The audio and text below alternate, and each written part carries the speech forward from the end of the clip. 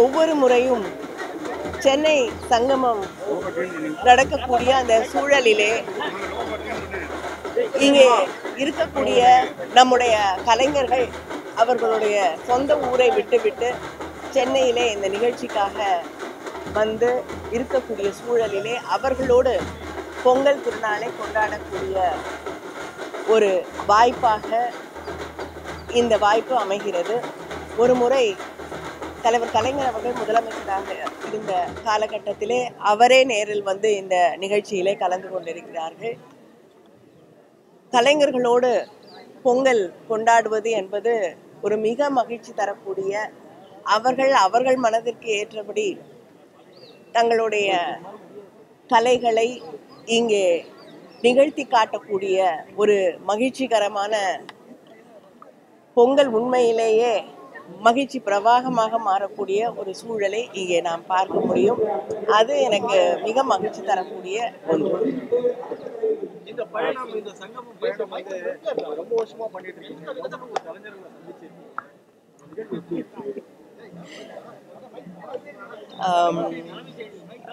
சென்னை சங்கமம் வந்து திராவிட முன்னேற்ற கழக ஆட்சியிலே தலைவர் கலைஞர் அவர்களுடைய ஆட்சியிலே தொடங்கப்பட்டது. 10 ஆண்டு இடைவேளைக்கு பிறகு இப்பொழுது நம்முடைய முதலமைச்சர் அண்ணன் தளபதி அவர்களுடைய உறுதுணையோடு இந்த சென்னை சங்கமத்தை மறுபடியும் நடத்தக்கூடிய வாய்ப்பு கிடைத்திருக்கிறது.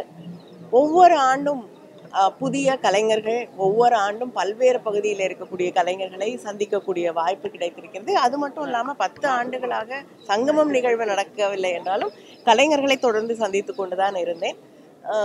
இப்பொழுது மறுபடியும் எந்த ஊருக்கு போனாலும் அங்கே இருக்கக்கூடிய கலைஞர்களை அவங்க வந்து என்னை சந்திக்கக்கூடிய வாய்ப்பு எனக்கு எப்பொழுதுமே கிடைத்திருக்கிறது. அதனால் நிச்சயமாக ஆயிரக்கணக்கான கலைஞர்களை சந்தித்திருக்கிறேன். அந்த மாதிரி இந்த சங்கம் விழா நடத்தலாம்ல, தொகுதி வாரி. ஏன்னா ஒரு குறிப்பிட்ட இடத்துல மட்டும் நடத்தினால பல்வேறு கிராமத்துல வந்திருக்காங்க. தொகுதி வாரி எல்லாமே எல்லா கலையும் போய் சேரணும்ல.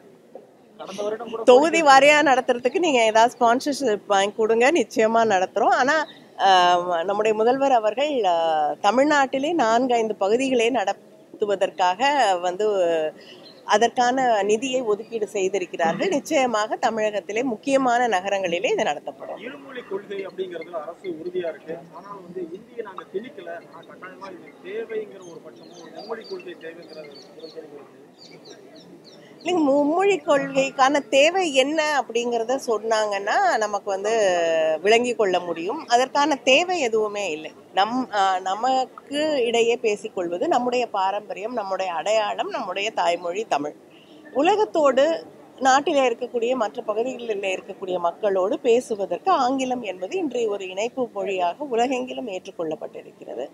அதனால ஆங்கிலம் படிக்கக்கூடிய அவசியம் இருக்கிறது. இது 2 தாண்டி இன்னொரு மொழியை கற்றுக்கொள்வது என்பது அவரவருடைய தனிப்பட்ட விருப்பம். அதை யாரும் தடை செய்ய முடியாது. ஆனால் மும்மொழி கொள்கை ஒரு அவசியம் என்பதை நிச்சயமாக ஏற்றுக்கொள்ள முடியாது.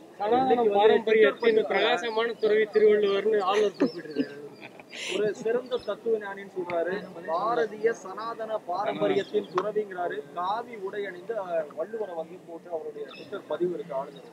இது வந்து திருக்குறளை பற்றி அடிப்படை, திருவள்ளுவரை பற்றி அடிப்படை புரிதலே இல்லை என்பதுதான் இது காட்டுது.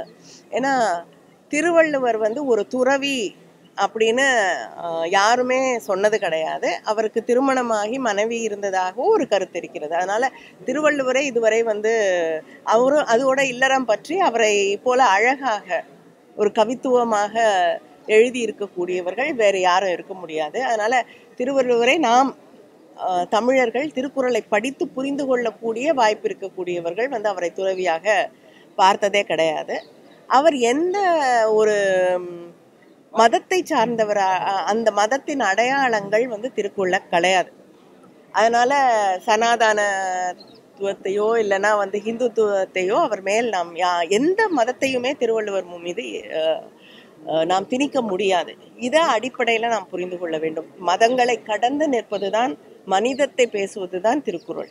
இதை வந்து இவங்க எல்லாம் புரிஞ்சுக்கிறோம்.